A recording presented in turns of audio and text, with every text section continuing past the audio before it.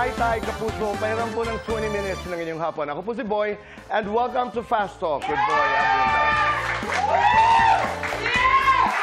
Sa lahat ng kasama po natin sa Facebook at YouTube, sa lahat ng nakikinig po sa DZWB, welcome to the program at maraming salamat.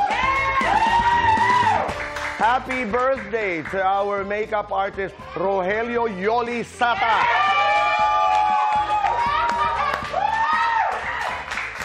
Espesyal na naman po ang ating hapon because we have a very special guest. Phenomenal. She's an online superstar with millions of followers over various media platforms. Naitay Kapuso, please welcome the phenomenal Toni Fowler!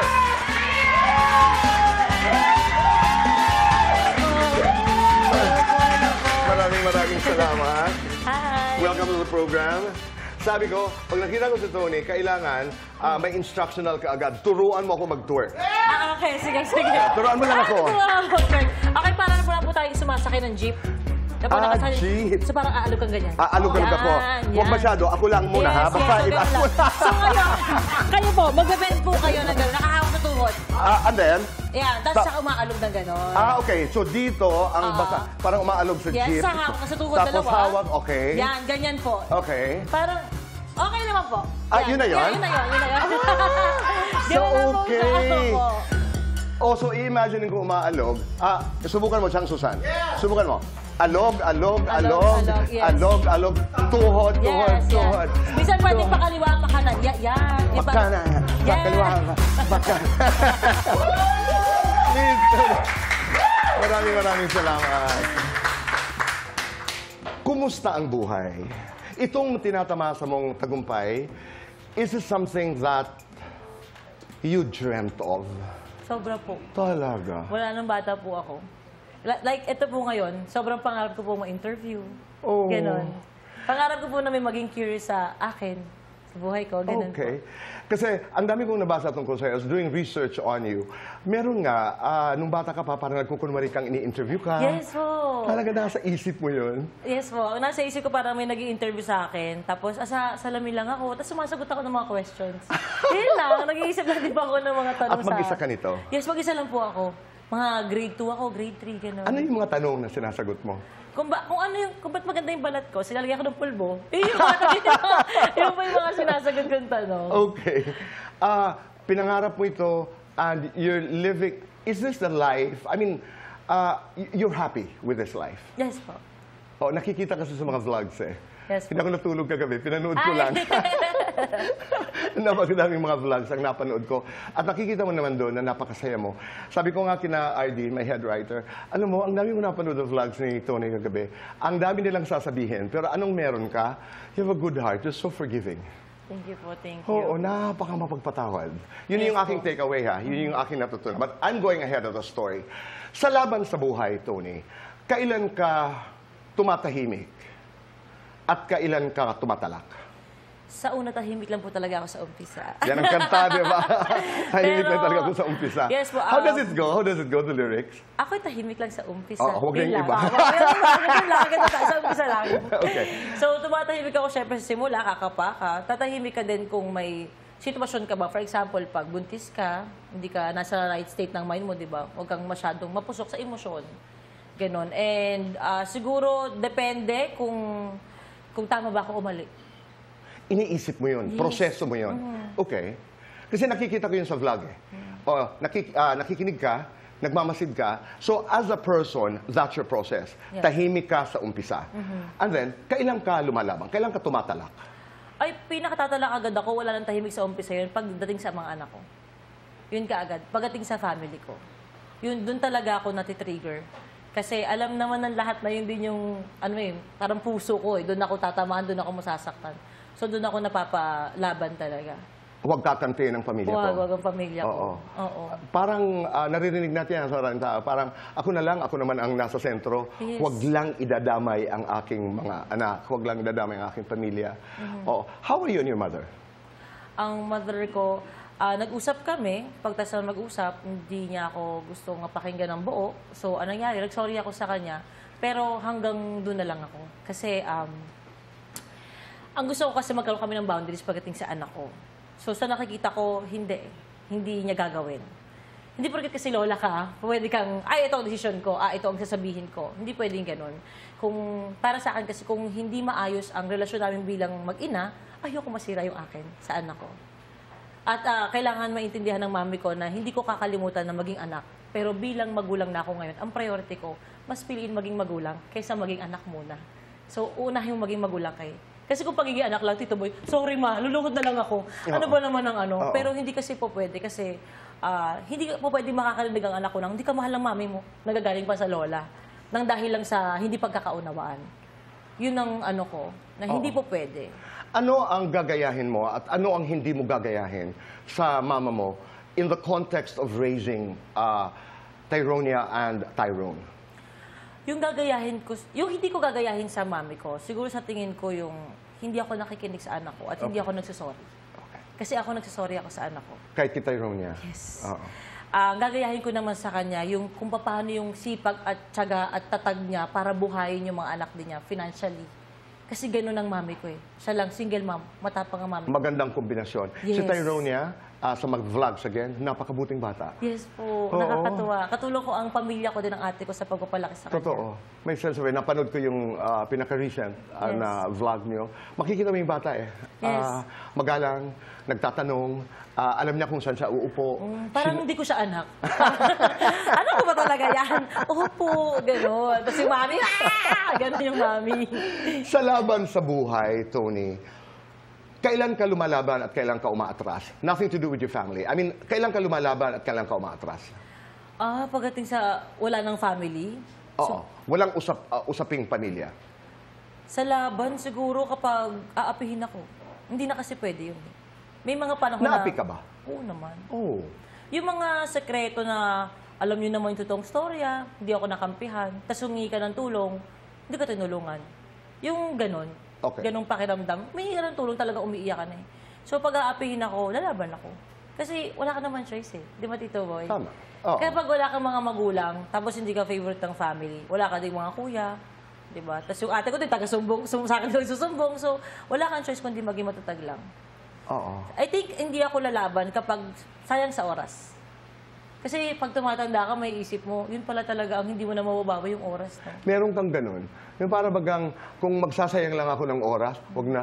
Uutingin ko na sa oras kung ano yung diamond. Oo, ganun tingin ko. Ganda. Oo. Diba? Napapansin ko yan sa'yo sa mga vlogs na parang, Oo, ang mahihita natin dyan. Lapitin ka ng kontrobersiya sa karera, sa personal na buhay. What is it? Ano ba ang nadudulot ng kontrobersiya sa buhay mo? Siguro views. Malaking bagay yan sa views. At pag syempre. marami ang views, Yes, malakas ang engagement, Yes, mas mataas ang Ang kita kita. natin. Oo. Pera. that's true. Oo, pera. Oo. Pero bukod din kasi doon, siguro dahil ang dami ding mali sa buhay ko. Ang dami ding nakikita sa tao paano ako magkamali mag-grow. Okay. Parang gano'n. Parang sila yung nagpalaki sa akin, yung madla. Parang Right. ganun. Meron ka bang itatago sa madla? Siguro pagdating sa mga anak ko, lalo na pag minor sila. Kasi pag lahat pinapakita mo, marami nakikialam, di ba? Oo. Sa atin, kaya natin. Ang mga bata, magkamali man yan, hindi nila deserve mabash kahit kailan. Kasi part ng growing up ang magkamali. Ang mga tao, kahit bata ngayon, grabe ang talk. Ay, walang pakundangan talaga. May mga pinalalampas kang bashers? Or nagpapalampas ka ba? Nagbabasa ka ba? Pumapatol ka ba? Nakikipag-away ka ba? Nung buntis ako, parang sobrang gusto ko silang patulan. Pero sabi nga ng jowa ko, buntis ka, masyado kang ma-emosyon, hindi ka busy. So, ganon-ganon ka. Ngayon, wala na eh. Parang, wala na talaga. Kasi happy na ako eh. Happy din ako pag pinag-uusapan nila ako. Kasi dapat akong pag-usapan. Ganun kasi pag feeling ko kasi, pag buhay nila yung pinag-pag-usapan, hindi interesting. Kaya siguro, isisismis na lang talaga. At saka yan ang nagbubuhay sa akin, yung pinag-uusapan ako. That's the attitude. Oo. Di Kaya ba? masaya ako. Hanggat nagsasaya sila ng oras sa akin, good or bad, happy. Happy Hindi, ako. at saka hindi. Gusto ko, yung you recognize, pinasok ko ito ang role ko, pinag-uusapan nila ako, and that's good. Kung ano man ang kaakibat nun, kung anong kasama nun, I'll take it. Noong una, hindi ko tanggap. Pero nung tumagal, ganito. Ganito pala maging favorite. Kaya naging masaya ka. Yes, Kasi kaya tinanggap happy mo na. Di ba? Pagdating naman sa pag-ibig, Tony, ngayon, sa buhay mo, I know you're very stable, you have Tito Vince, etc. What do you know about love for sure ngayon? Yung love, Ang naintindihan ko sa love, totoong ano siya, ang pagmamahal ay mapagpasensya. Ang pagmamahal ay pipiliin mo sa araw-araw. Yung tao kahit It's a choice, ha? choice siya. Ganun yung nakikita ko sa partner ko sa akin. Ako hindi, parang lagi akong galit, lagi akong maemosyon, pero lagi niya akong pinipili. Mapagpasensya pala ang pagmamahal. Kasi akala ko dati pag nag-away, normal na mag-walk out.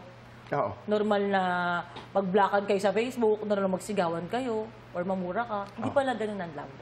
Ano pala, yayakapin ka niya kahit ang pangit-pangit na ugali mo. Wow, I like that. Love is patient. Pag-usapan natin yung mga natutunan. You've been very public about, some of your relationships. Pero gusto ko kunin doon sa mga learnings, doon sa mga Yes, po. natutunan. Di ba? Umpisa natin doon sa, halimbawa sa dad ni Tyronia. Yes. What did you learn? Natutunan ko na, How do you pronounce his name ba? Aaron po. Aaron? Tatay Aaron kasi ang tawag Tatay namin Aaron. sa kanya. Okay. Yes. Natutunan ko, number 1, huwag yung pagpogi, samang-sama ka kaagad. Di ba? Pero okay din naman kasi at least maganda yung anak ko. Pero ang natutunan ko is, iba pala talaga ang relasyon pag may anak na. So kahit may pamilya na siyang sarili, family ang tingin ko sa kanya. Natutunan ko na kapag may anak ka, tapos titago mo yung tatay kasi hindi nagsustento, parang ano yung magiging question sa bata na, ganoon din po kasi ako lumaki na, hala, siguro pag kasama ko yung tatay ko, mahal ako. No, makita mo anak kung bakit kami separate. Kasi mas naintindihan ko na mas broken ang family na pinipilit lang magsama para sa bata. Tapos makikita nagsisigawan, nagmumurahan, Tama. nagbubugbugan. Nakita ko yan sa pinaka-latest vlog niyo. Kaya mas gusto kong, nakikita mo, nakakasama mo. Iyak siya ng iyak, nag-uusap silang mag-ama. Yes. The first menstruation of your daughter. Yes. Wala lang, napakaganda nung pag-uusap nung mag-ama. Nandoon ka, present, di ba? Ito ang karanasan. Huwag mong hindi ko malilimutan yung linya niya. Pag may problema ka, anak, habang umiiyak na, magtatanong ka sa mami, ha? Dahil mga babae yan, alam nila ang kasagutan. Yes, Hindi yes. alam ko. Yung ganong relasyon. At ang nakakaganda, naroon ka, at kaya naiintindihan ko yung sinasabi mo ngayon na, ba't ba tayo mag-aaway-away? Meron tayong anak, hindi naman damay. Yes. Di ba? That very, very controversial, in your love life, that very, very controversial phase of your life, nung na-involve ka kay John. Yes, yes. Ano ang natutunan mo nun? Natutunan ko nun na, number 1, tulad na sinasabi ko sa kanila palagi, huwag kang mag-comfort ng bagong breakup. Number 2, huwag kang maging dahilan na ikakasakit pa ng puso ng isang babae. Kasi kakarmahin ka talaga. Hindi lang din sa karma, mali yun. Tama. Mali yun. Tama.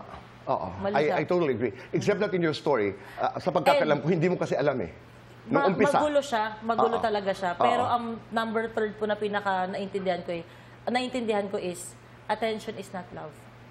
Akala ko kasi pag may attention na binibigay sa akin, love yun. Wow. Hindi siya love. Ulitin nga natin yon. Una, mula sa dulo, attention is not love. That's very important. I agree. Pangalawa, Huwag kang mananakit ng Huwag kang mananakit ng puso kapwa. ng babae. Oo. Dapat suportahan. at una, and this is very, very important, Huwag kang Mag-comfort. mag-comfort ng bagong breakup. Kahit sabihin magulo kami, ganito kami, ganyan, hindi. Magiging panakit butas kay. tama. Kay Rob, Moya, anong natutunan mo? Pagdating sa pera, pag-usapan ninyo, dapat parte ka ng desisyon. Lalo na when it comes to money. Kasi ng mga malaking bagay na pag-aaway na mag-partner. Eh. At kahit kaano kahirap pag-usapan ang pera, kasi tayo as a culture, hindi tayo sanay pag-usapan, di ba? You really have to talk about money. Yes, kasi nung una akala ko, kasi Tito Boy, hindi naman sa pang-ano, sobrang binuhay niya kami for like 2 years, wala akong trabaho, siya lang eh. Kaya nagkaroon ako talagang sibalik din. Naging ano kami, hindi na namin na-control. Okay. Sobrang na-busy ako, tapos Right. siya dito. Kaya, ano din talaga, parang hindi namin na-manage ng maayos. Parehas. What is the best thing about Tito Vince? Ay...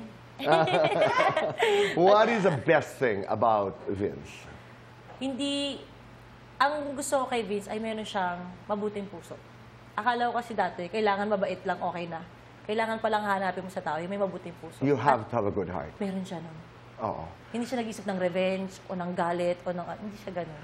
Tony, halimbawa lamang, hypothetical ito. Kung meron ka sa circle of friends mo or sa buhay, isasama sa langit, sino ito? At kung may isasama ka sa impyerno, sino ito? Ang mga kasagutan ko sa pagbabalik ng Fast Talk with Boy Abunda.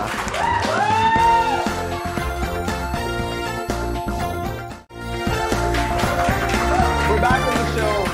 Kasama pa rin po natin, Tony Fowler. Tony, it's time to do fast talk. Okay. We have 2 minutes to do this and our time begins now. Tony, Oni.